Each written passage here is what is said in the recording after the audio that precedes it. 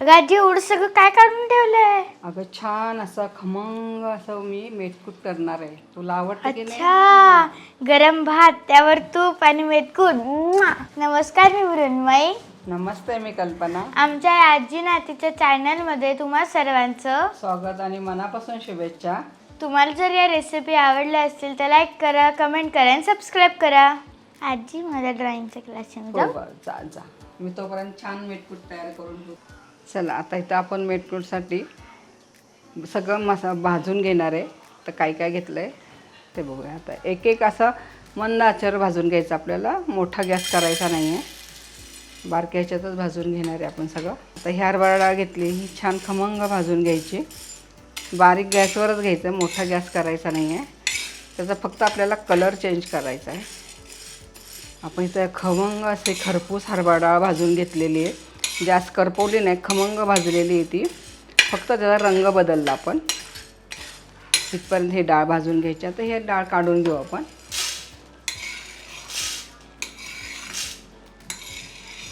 आता ह्याच्यात टाकणार आपण उडीद डाळ. उडीद डाळ पण अशीच बारीक गॅसवर खमंग भाजून घ्यायची. इथं आपली उडदाची डाळ पण अशी खमंग भाजून झाली. इतका खमंग सुवास दरवळतो ह्याचा उडदा डाळीचा. आता ही आपण फक्त कलर बदलतो ह्याचा, जास्त भाजायची नाही डाळ. आता ही आपली डाळ भाजून झाली आहे, आपण काढून घेऊ.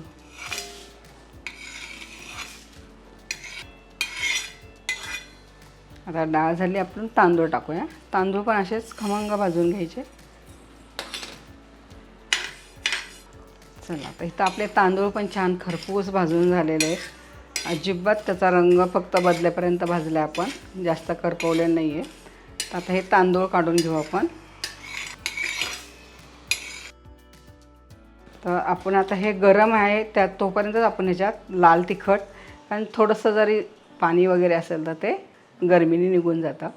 थोडीशी हळद, हिंग, खडे मसाले भाजणारे पहिले टाकणारे धने. आता हा गॅस बंद करायचा, तवा तापलेला आहे छान. एवढ्याच्यात एवढा मसाला भाजून होतो. तर धने झाले की ह्याच्यात जिरं टाकणार आहे. हे धने जिरे झाले की आपण थोड्या मेथ्या टाकणार आहे ह्याच्यामध्ये.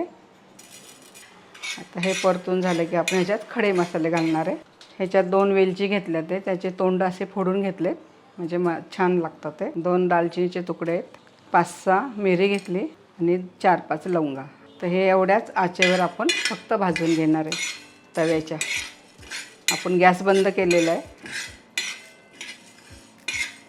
बघा, छान भाजून झालं आपल्या तेवढ्या ह्याच्यातच. आता हे पण छान खरपूस भाजून झाले तेवढ्या आचेवर. आणि त्याचा खमंग सुवास दरवळतो आहे. जिरे, धने, वेलची, दालचिनी, लवंग, मिरी छान असं खरपूस भाजलं आहे. तर आपण हे ह्याच्यातच काढणार आहे सगळे मसाले. तर शेवटी टाकणार आहे आपण ह्याच्यामध्ये मीठ. जरी मिठातलं पाणी असेल तर ते गरमीने शोषून घेतं. आता आपण छान मिक्स करून घेणार सगळं आणि मिक्सरमधनं काढून घेणार आहे. चला, आता हे सगळं आपण भाजून घेतलेलं थंड केलं आहे. आता हे मिक्सरमधनं काढून घेऊ. मला वाटतं 2 ह्याच्यात आपण करूत, कारण मसाला खूप आहे, भांडं लहान पडतं आहे. आता हे मिक्सरमधनं फिरून घेऊया. बघा किती छान झालं आहे. आणि आपल्याला जास्त बारीक नाही करायचं आहे. खमंग भाजल्यामुळं पूड छान झाली आहे आणि पटकन होते. आणि वास तर एवढा सुवास दरवळतो आहे त्या सगळ्या मसाल्याचा, डाळीचा, तांदळाचा. चला, हे मेटकूट आपलं सगळं वाटून झालेलं आहे. इतका खमंग त्याचा सुवास दरवळतो आहे, सगळे मसाले, डाळी वगैरे. आणि हे छान हवाबंद डब्यामध्ये ठेवायचं, म्हणजे 2-3 महिने तर छान टिकतं. हे जसं वर्षभर पण टिकतं चांगलं. बघा, आपला कलर पण किती सुरेख आलेला आहे मेटकूटचा. पण छान खरपूस भाजलेलं आहे ना, त्यामुळे ह्याचा वास इतका खमंग सुटला आहे. तर हे तुम्ही कशाबरोबर खाणार आहे तर पोळीबरोबर किंवा दह्यामध्ये हे 2 चमचे टाकले तरी खूप छान लागतं. किंवा 1 चमचा तेल, त्याच्यावर थोडासा कांदा टाकायचा, त्याच्यात पण हे मेटकूट खूप छान लागते रेसिपी. ही तुम्ही कशाबरोबर पण खा. तुम्हाला जर वाटलं तर भाज्यांमध्ये तुम्ही वापरू शकता. हे किती सुरेख झालं आहे आपला मेटकूट. पुन्हा भेटूया अशाच नवीन पारंपरिक पदार्थाबरोबर. तोपर्यंत संत तुकाराम महाराज म्हणतात मन करा रे प्रसन्न सर्व सिद्धीचे कारण.